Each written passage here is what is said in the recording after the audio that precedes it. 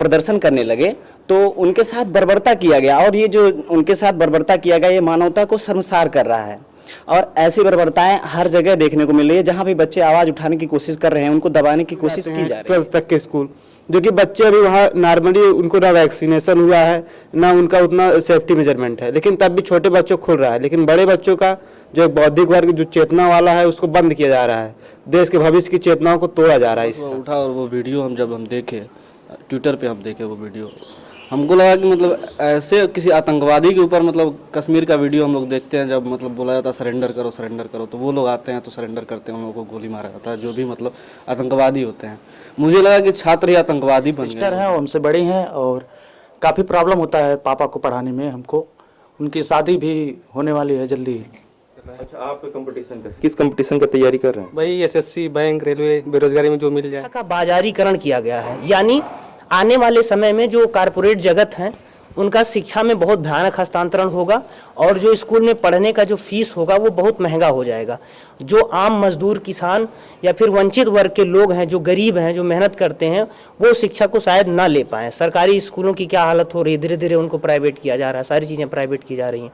तो इससे जो 90% शोषित आबादी है उनकी, हमारी सरकार है, इस सरकार के प्राथमिकता में शिक्षा और रोजगार है ही नहीं, ऐसा लगता है। आदम गोंडवी जी की कविता है, तुम्हारी फाइलों में गांव का मौसम गुलाबी है मगर ये आंकड़े झूठे, ये दावा किताबी है। बस वही हाल है इस सरकार। नमस्कार दोस्तों, आप देख रहे हैं यूथ की आवाज कृष्णकांत त्रिपाठी के साथ।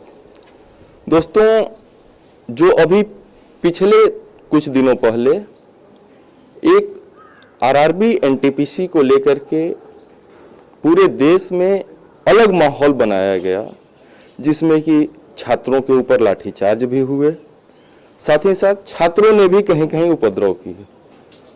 आखिर वो जो दुर्घटना घटित हुई उस पर छात्रों की क्या प्रतिक्रिया है, वो किस हिसाब से उस घटना को देखते हैं, उनके क्या विचार हैं, उस पर बात करने के लिए मेरे साथ कुछ छात्र जुड़े हुए हैं।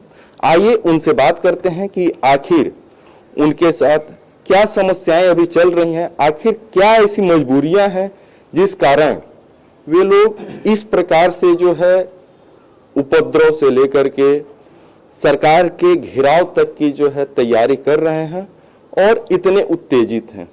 तो सर्वप्रथम आप अपना नाम बताइए और ये बताइए कि अभी जो है आप देख रहे हैं, अभी हाल में जो है आप लोग बीएचयू के छात्र हैं ना जी, तो अभी हाल में जो है बीएचयू में जो दुर्घटना घटित हुई बिहार से लेकर के इलाहाबाद तक, वहां पर लोगों ने अपने छात्रों के समर्थन में आंदोलन भी यहाँ पर किए, साथ ही साथ जो है शांति मार्च वगैरह जो भी चीजें निकालें। तो आप एक बात बताइए कि आखिर ऐसा क्या घटित हो रहा है, आप लोगों को ऐसा क्या लग रहा है जिस कारण इस प्रकार आप लोग जो है चीजों को लेकर के उत्तेजित हो रहे हैं? सर, जैसा कि 2019 में से लेकर के और यहाँ 2022 तक बच्चे इंतजार कर रहे थे, और जो पेपर्स दिए थे आरआरबी एनटीपीसी का, उसमें रेलवे का, तो परीक्षा फल जो है लेट आया, और आया भी तो उसमें काफ़ी खामियां थी। और उन खामियों को लेके बच्चे जब आगे आए और घेराव करना शुरू किए सरकार का या फिर उनके लोगों का, और प्रदर्शन करने लगे, तो उनके साथ बर्बरता किया गया, और ये जो उनके साथ बर्बरता किया गया ये मानवता को शर्मसार कर रहा है। और ऐसी बर्बरताएं हर जगह देखने को मिल रही है। जहां भी बच्चे आवाज़ उठाने की कोशिश कर रहे हैं उनको दबाने की कोशिश की जा रही है। और ऐसा इलाहाबाद में हमने देखा कि हॉस्टलों में जा करके और बच्चों को इस तरह से ट्रीट किया जाता था, उनको इस तरह से बाहर निकाला गया जैसे कि उन्होंने कितना बड़ा कांड कर दिया है, और वो आतंकवादी की तरह उनको ट्रीट करने लगे। और गालियाँ और मार तो पड़ती ही थी, साथ में गालियाँ भी देते थे। तो मैं यही चाहूँगा कि बच्चे जो है इसके लिए फुल्ली स्टैंड करें, और हम लोग भी स्टैंड करेंगे। जब छात्र हितों का हनन होता है, जब छात्रों के ऊपर अत्याचार होता है, तो कहीं ना कहीं उनका आक्रोश जो है पनपता ही है, और वो उस आक्रोश को फिर कंट्रोल कर पाना सत्ता के लिए मुश्किल हो जाता है। अच्छा, आप एक बात बताएं मुझे कि आप कब से जो है ये प्रतियोगी परीक्षाओं की तैयारी कर रहे हैं, और इस सरकार में आप प्रतियोगी परीक्षाओं को लेकर के कितना संतुष्ट हैं? सर, ये सरकार बस जुमला देती रहती है। परीक्षा जो है किसी भी चीज़ की निकलती है, तैयारी करते हैं, लेकिन परिणाम कभी भी जल्दी से घोषित नहीं करता है कि पेपर हो जाए उसके बाद परिणाम 2 महीने 1 महीने जो भी निर्धारित रहता है उसमें उनको समयावधि में दे देना चाहिए, लेकिन परिणाम भी नहीं देते हैं और परिणाम आता है तो उसमें भी कहे ना गलतियां रहती हैं। जैसे इस बार गलती ये हुई कि परिणाम जिन बच्चों का आया उसमें कई का नाम जो है क्रमवार बार बार जो है वो फ्रिक्वेंस हो रहा था, मतलब पुनरावृत्त हो रहा था उनका नाम। और ऐसे में क्या होगा कि जो बच्चे ज़्यादा से ज़्यादा बच्चों का जो है नाम उसमें से हट जाएगा, क्योंकि एक बच्चे का नाम जब बार बार आ जाएगा उसमें तो संभवतः सब बच्चे उसमें से हट जाएंगे। यही उनका चाल है और इससे मैं नाखुश हूँ बिल्कुल। आप सुन सकते हैं छात्रों का कहना है कि जो छात्र एक तो परीक्षाओं में लेट कर रही है जो है सरकार, और ऊपर से जब रिजल्ट आ भी रहे हैं, परिणाम आ रहे हैं, तो परिणाम में भी अनियमितताएं बरती जा रही हैं। तो ऐसे में छात्रों की नाखुशी जायज है। आइए कुछ और छात्र हैं उनसे भी बात करते हैं कि आखिर उनके क्या विचार हैं। आप अभी ईयरफोन लगाए हुए थे और निकाल दिए, तो अभी क्या ईयरफोन पर आपका क्लास चल रहा था या म्यूजिक? जी क्लास चल रहा था अभी हमारा, क्योंकि अब ऐसे ऑनलाइन क्लास है कभी भी चलने लगते हैं, शाम को सुबह को। आप सुबह उठे ये क्लास का लिंक आ गया, ज्वाइन करिए पढ़िए। अच्छा एक बात बताइए, मतलब कि ऑनलाइन क्लास भी एक हिसाब से अभी इस कदर हो गई है कि सोते जागते कभी भी आपको क्लास करना है। तो अच्छा ये नहीं लग रहा है कि शिक्षा के साथ एक मजाक किया जा रहा है? आप लोगों का जो प्रभाव होगा कि आप क्लास में टीचर के सामने बैठ करके चीजों को समझें, उसके बजाय जो है कि आप मोबाइल से कभी, जैसे कि अभी क्लास कर रहे थे क्लास छोड़ दिए, जो कि सामान्यतः जो है ये गलत है, ये नहीं होना चाहिए, लेकिन अभी आप ये कर रहे हैं। तो क्या लग रहा है कि आपके साथ जो है भविष्य जो है आपका, उसके साथ मजाक किया जा रहा है? जी बिल्कुल मजाक ही हो रहा है, क्योंकि बाकी सब चीज़ें आप देखेंगे इस समकालीन जो जगत में बाकी सब कुछ चल रहा है। राजनीति, शिक्षा बंद है, मनोरंजन है, सब कुछ है। बाजारें खुल गए हैं, शराब की दुकानें खुल गई हैं, एकदम भीड़ इकट्ठी हो रही है।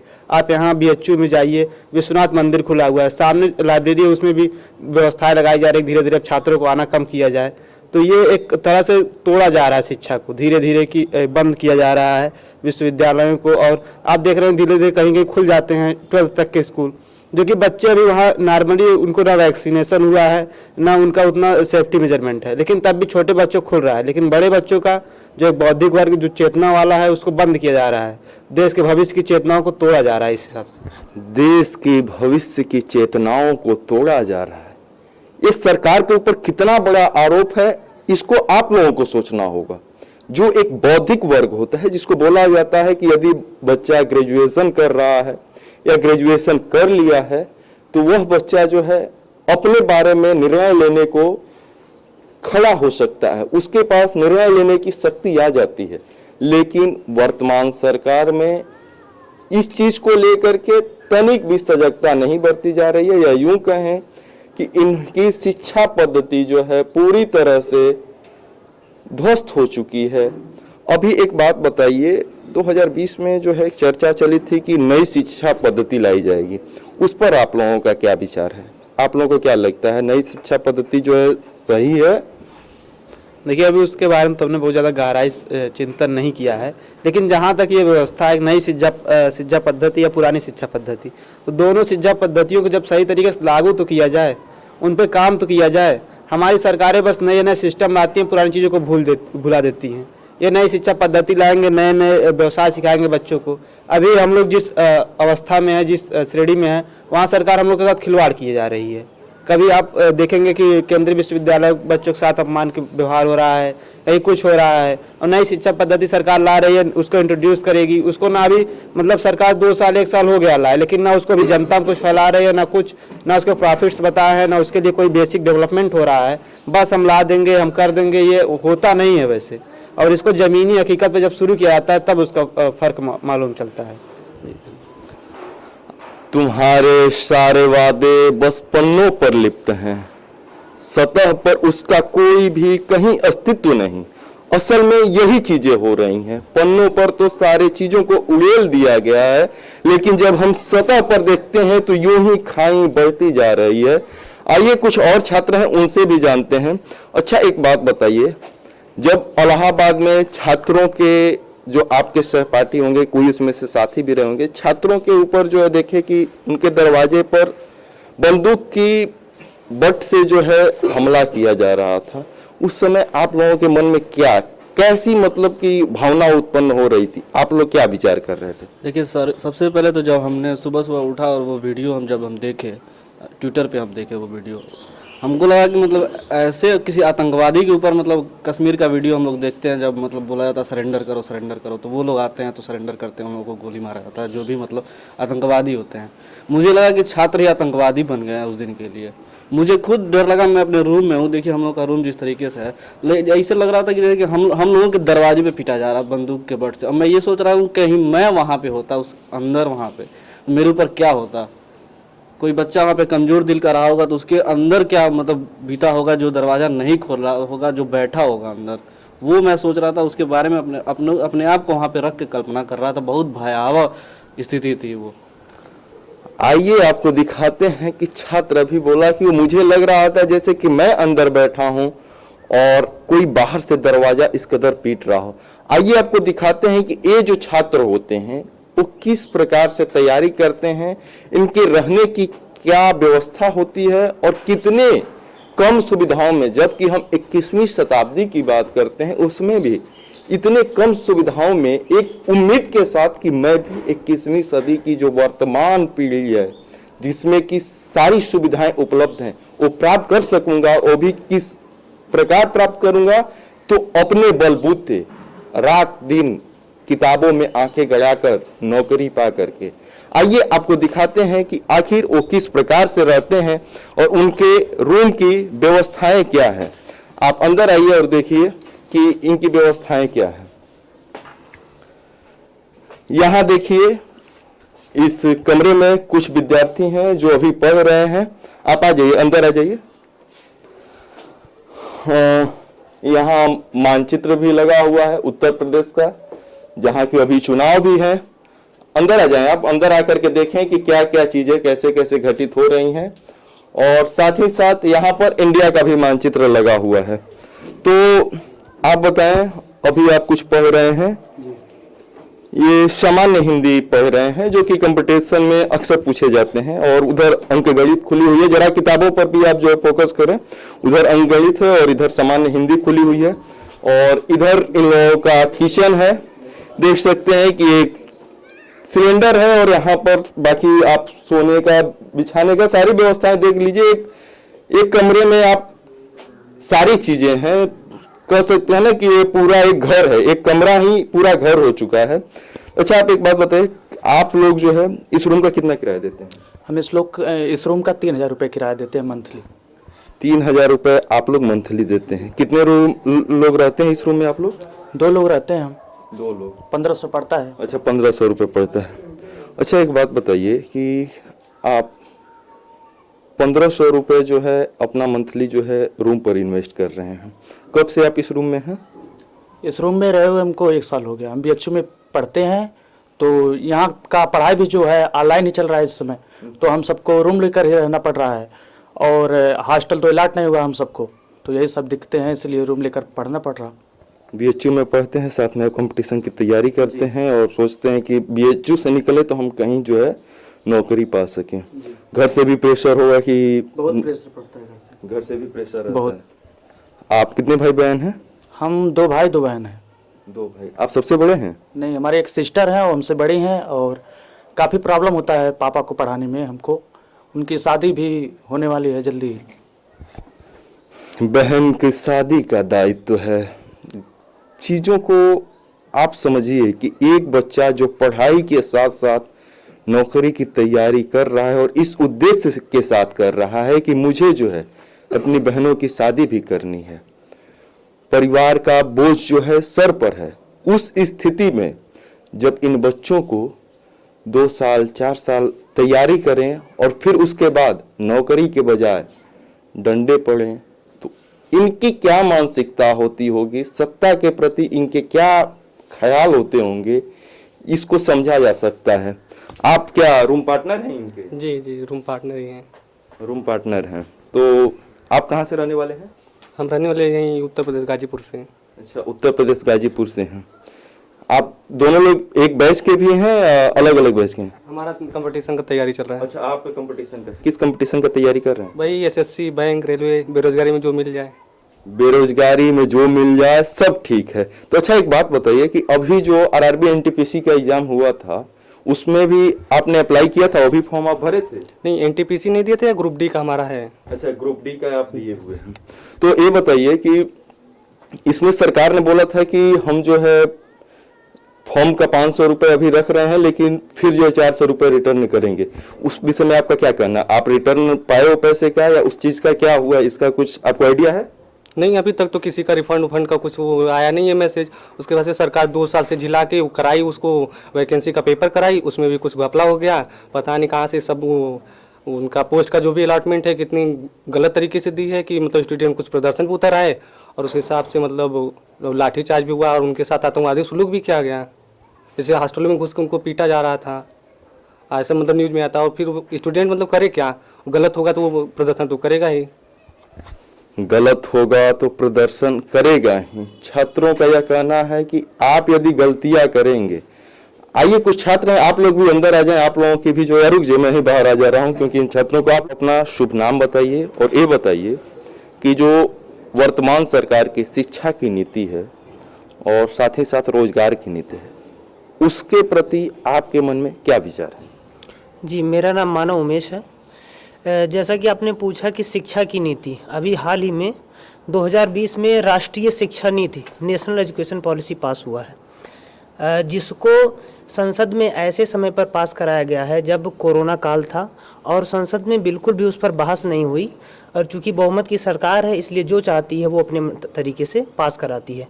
उसका ना बहस बुद्धिजीवी वर्ग में हुआ, ना वाइस चांसलर के बीच में हुआ, और ना ही छात्र संगठनों या फिर छात्र जमात में उससे कोई विचार लिया गया और उसको पास करा दिया गया।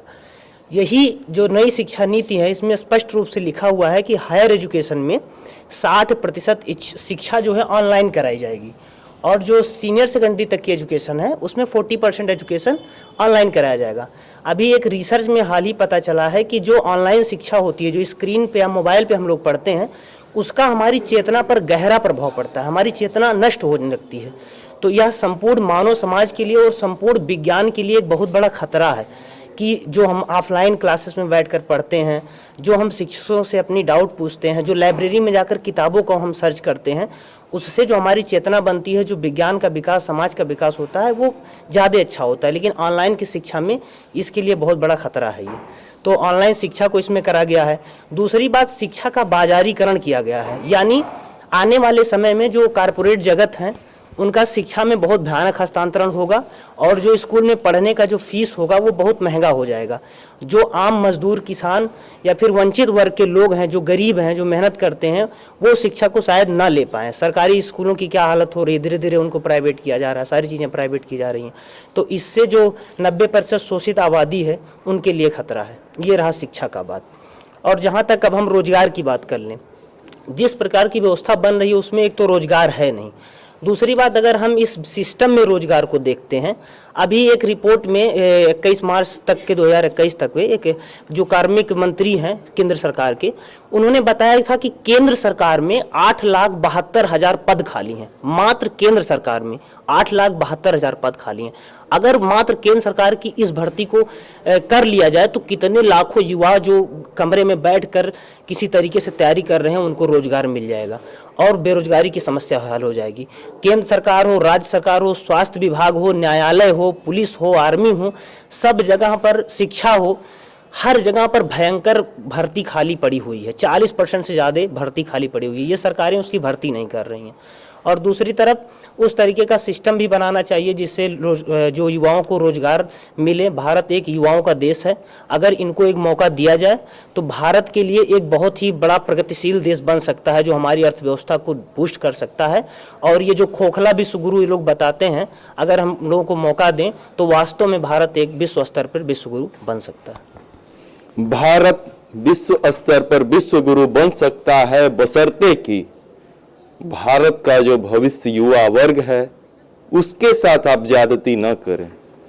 अच्छा, आप एक बात बताएं, आप कब से तैयारी कर रहे हैं और आपको क्या लगता है कि इस सरकार के रहते हुए कब तक नौकरी मिल जाएगी? सर, क्या है कि हम ग्रामीण पृष्ठभूमि से हैं, तो और गांव में होता क्या है कि लड़का हाई स्कूल पास करता नहीं कि माँ बाप की आशाएं हो जाती हैं कि हमारा लड़का अब 2 साल मतलब कि इंटर तक की पढ़ाई करते करते ही या पास करते ही कोई ना कोई नौकरी पा जाए। तो हम लोगों ने हाई स्कूल जैसे ही पास किया, हम लोगों ने अपना घर छोड़ दिया। घर छोड़ने के बाद हम बनारस आए, इलाहाबाद में भी हम लोग गए थे, लगभग 6 महीना मैं इलाहाबाद में भी रहा। और जो हमारी सरकार है, इस सरकार के प्राथमिकता में शिक्षा और रोजगार है ही नहीं, ऐसा लगता है, क्योंकि तैयारी करते हुए हमें लगभग 3 साल हो गए हैं और ना ही कोई ढंग की वैकेंसी आती है। वैकेंसी में 8,000 9,000 पद आते हैं और वो आते भी हैं तो इतने समय तक हो लग जाते हैं कि उसका कोई रिकॉर्ड ही नहीं रह जाता। जैसे कि अभी आरआरबी एनटीपीसी का एग्जाम रहा, वो मार्च 2019 में आया और उसका एग्जाम होता है 2021 में, जो कि लगभग 2 साल बाद एग्जाम होता है और 1 साल बाद उसका रिजल्ट आता है। और रिजल्ट में इतनी बुरी तरीके से धांधली हुई है, किसी बच्चे एक बच्चे का रिजल्ट जो है वो 4 जगह शो कर रहा है और वो कहता है कि हमने रिजल्ट को 20 गुना दिया, जो कि वाकई में 20 गुना है भी नहीं, वो 11 से 12 गुना रिजल्ट है। तो जो सरकार है उसकी प्राथमिकता में शिक्षा और रोजगार है ही नहीं, ऐसा लगता है। और ऐसी सरकार, ऐसी निकम्मी सरकार अगर रहेगी तो रोजगार तो क्या, ऐसा लगता है कि खाने के लिए भी हमें मतलब कि मजदूरी भी नहीं मिलेगी, क्योंकि मजदूरी उसी को मिलती है जब कहीं पे अर्थव्यवस्था जहाँ की ठीक रहती है और कहीं भी इंफ्रास्ट्रक्चर होता है। इस सरकार की जो कमियां हैं वो चारों तरफ से एकदम इस सरकार को बांधे रखी है। और मुझे नहीं लगता कि जब तक सरकार कोई भी अच्छा काम करेगी, जब तक रोजगार पे ध्यान नहीं देगी, तब तक कुछ हम लोग को रोजगार मिलने वाला नहीं है। हताश है, निराश है, छात्रों का सीधे कहना है कि मुझे उम्मीद नहीं रह गई है अब इस सरकार से कि आने वाले समय में भी रोजगार प्राप्त होगा। आप बताएं कि अभी उत्तर प्रदेश में चुनाव होने वाला है, ठीक है, और युवाओं पर अभी इलाहाबाद में लाठीचार्ज हुआ, तो क्या लगता है उस घटना का उत्तर प्रदेश चुनाव पर प्रभाव पड़ेगा, या फिर ये जो छात्र हैं वो इस बात को भूल जाएंगे राष्ट्रवाद की आड़ में कि हाँ उनके साथ जो है ज्यादती की है इस सरकार ने? आप सामने आ जाए और अपना नाम बताएं और फिर बताएं। मेरा नाम अमित गौरव है। ये आप जैसा कि सभी लोगों ने बताया कि भारत जो है युवाओं का देश है। जब यहाँ के युवाओं को उनके रोज़गार की जो है सिक्योरिटी नहीं है कि उन्हें रोज़गार मिल भी पाएगा कि नहीं, और तो हम कैसे कह दें कि वो जो छात्र इस समय उनको लाठी बंदूकों से उनके लाजों में उनको बहुत बर्बरता के साथ मारा गया, तो छात्र कैसे ही अपना वही सरकार लाएंगे जो उनके साथ फिर उसी तरह की बर्बरता दिखाएगी और उन्हें 3 साल की जो है इंतज़ार में वही मिलेगा कि हताश होना पड़ेगा, फिर नौकरी नहीं मिलेगी और नौकरी के बदले उन्हें फिर उसी बर्बरता के साथ लाजों में पीटा जाएगा। लेकिन अभी सरकार ने जो है, जब पिछले दुर्घटना हुई उसके बाद उन्होंने एक मेल आईडी जनरेट किया और एक समीक्षा समिति भी बनाई। उन्होंने बोला कि इस समिति को आप अपने सुझाव दीजिए और हम लोग जो है उस पर कार्य करेंगे और उसमें जो भी गलतियां हुई उस पर सुधार करेंगे। तो क्या ये नहीं लगता है कि सरकार ने जो भी अपनी गलतियां थी उसको स्वीकार कर लिया और उसको सुधारने के लिए जो है उसने अपना कार्य चालू कर दिया है? सरकार जो है काफ़ी कुछ कहती है लेकिन कुछ होता है कि कुछ होता भी है। आप एक आदम गोंडवी जी की कविता है, तुम्हारी फाइलों में गांव का मौसम गुलाबी है मगर ये आंकड़े झूठे, ये दावा किताबी है। बस वही हाल है इस सरकार का। आप देख सकते हैं कि जो है रोजगार तो है, लेकिन वो रोजगार कैसे कि संविदा का एक आप संविदा कॉन्ट्रैक्ट में सबको रख लेती है 1 साल का, उसमें भी जो है जो परमानेंट सैलरी होती है उसका उससे आधा से भी ज़्यादा उसको देती है और 1 साल में फिर दूसरे युवा उसमें भरते हैं, तो उनको परमानेंट नौकरी नहीं, ऐसे रोजगार जो है सरकार खा रही है। तुम्हारे आंकड़ों में गांव का मौसम गुलाबी है, ये आंकड़े झूठे हैं, दावे किताबी हैं। ये आदम गोंडवी साहब का शेर कहने वाला छात्र यदि वर्तमान समय में मौजूद है तो यह अंदाजा लगाया जा सकता है कि छात्रों के अंदर आक्रोश है और उनके अंदर आक्रोश के साथ साथ ये जज्बा भी है कि परिवर्तन लाएंगे और उनके पास एक इच्छा शक्ति है, वे अपने हक को मांगेंगे। यदि वो नहीं मिलता है तो जो भी तरकीबें होंगी उसको वह अवश्य करेंगे। आप देखते रहिए यूथ की आवाज़ कृष्णकांत त्रिपाठी के साथ। बहुत बहुत धन्यवाद।